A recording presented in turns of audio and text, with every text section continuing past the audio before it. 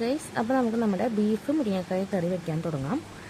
ഞാനിവിടെ എടുത്തിട്ടുള്ളത് 1/2 kilo beef വേവിച്ചെടുത്തിട്ടുണ്ട്. പിന്നെ മുരിങ്ങക്കായ 5 മുരിങ്ങക്കായ ചെറിയ കഷ്ണങ്ങളാക്കി അരിഞ്ഞെടുത്തിട്ടുണ്ട്. പിന്നെ വറുത്തരയ്ക്കാൻ ആവശ്യമായ അരമുറി നാളികേരം, 5 ചുവന്നുള്ളി, 4 വെളുത്തുള്ളി, 1 കഷ്ണം ഇഞ്ചി, 2 പച്ചമുളക്, ഇത്രയും സാധനങ്ങളാണ് ഞാൻ എടുത്തിട്ടുള്ളത്. ഇനി നമ്മൾ ബീഫ് ഓൾറെഡി വേവിച്ച് വെച്ചിട്ടുള്ളത് കൊണ്ട് നമുക്ക് മുരിങ്ങക്കായും കൂടെ അതിൽ ചേർത്ത് ഒരു വിസിൽ അടിച്ചെടുക്കാം. ഒരു വിസിലടിക്കേണ്ട ആവശ്യമില്ല, വിസിൽ വരുന്നത് കണ്ടാൽ നമുക്കത് ഓഫാക്കാവുന്നതാണ്. ഇത് ഈ നേരം കൊണ്ട് നമുക്ക് നാളികേരം വറുത്തെടുക്കാം. നാളികേരം വറുത്തെടുക്കാനായിട്ട് ഞാൻ നാളികേരം പാനിലോട്ട് ഇട്ടിട്ടുണ്ട്. നമ്മുടെ ഇഞ്ചിയും വെളുത്തുള്ളിയും പച്ചമുളകും ഒക്കെ സോട്ട് ചെയ്തെടുക്കുകയാണ്. അപ്പോൾ ഒരുപാട് കരിയിക്കേണ്ട ആവശ്യമില്ല, എന്നാലും ഒരു അത്യാവശ്യം ഒരു ബ്രൗൺ കളറാകുമ്പോൾ നമുക്ക് ഇപ്പോൾ ഒരു വിധമായിട്ടുണ്ട്. ഇനി നമുക്കിതിലോട്ട് മുളക് പൊടി, മല്ലിപ്പൊടി, മസാലപ്പൊടി ആഡ് ചെയ്ത് കൊടുക്കാം. ആദ്യം ഇതിൽ മല്ലിപ്പൊടിയാണ് ആഡ് ചെയ്ത് കൊടുക്കുന്നത്. 2 ടീസ്പൂൺ മല്ലിപ്പൊടി ആഡ് ചെയ്ത് കൊടുത്തു.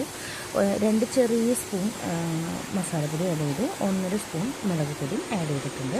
ഇത് നന്നായി ഇതൊന്ന് ഇളക്കി കൊടുക്കാം, ആ മണമൊക്കെ ഒന്ന് പോകുന്നത് വരെ. അത് കഴിഞ്ഞ് ചൂടാറിയതിന് ശേഷം നമുക്കിത് മിക്സിയിൽ നല്ലപോലെ അരച്ചെടുക്കാം. ഇപ്പോൾ ഞാനിവിടെ മിക്സിയിൽ അരച്ചെടുത്തിട്ടുണ്ട്, നാളികേരം അരച്ചെടുത്തിട്ടുണ്ട്.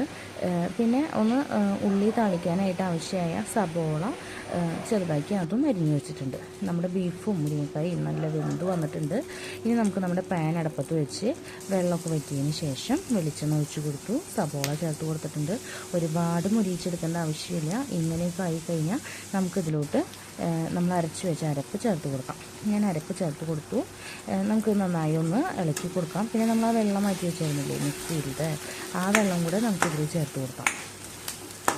നന്നായി ഒന്ന് തിളച്ച് വന്നതിന് ശേഷം നമുക്ക് ഇതിലോട്ട് നമ്മുടെ വേവിച്ച് വെച്ചിരിക്കുന്ന ബീഫും മുരിങ്ങക്കായും ചേർത്ത് കൊടുക്കാവുന്നതാണ്. ബീഫും മുരിങ്ങക്കായും കൂടെ ഒരുമിച്ച് വേവിക്കുമ്പോൾ ഒരു പ്രത്യേക രസം ഉണ്ട് അതിന്.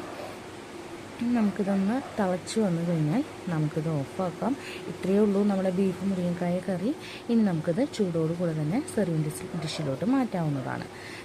അപ്പോൾ എല്ലാവരും കറി ട്രൈ ചെയ്ത് നോക്കാം. എൻ്റെ ചാനൽ സബ്സ്ക്രൈബ് ചെയ്യാത്തവർ സബ്സ്ക്രൈബ് ചെയ്തോളൂ. അതുപോലെ തന്നെ ഷെയർ ചെയ്യുക, ലൈക്ക് ചെയ്യുക. എല്ലാവരും കറി ട്രൈ ചെയ്തിട്ട് കമൻറ്റും ചെയ്തോളൂ കേട്ടോ. താങ്ക്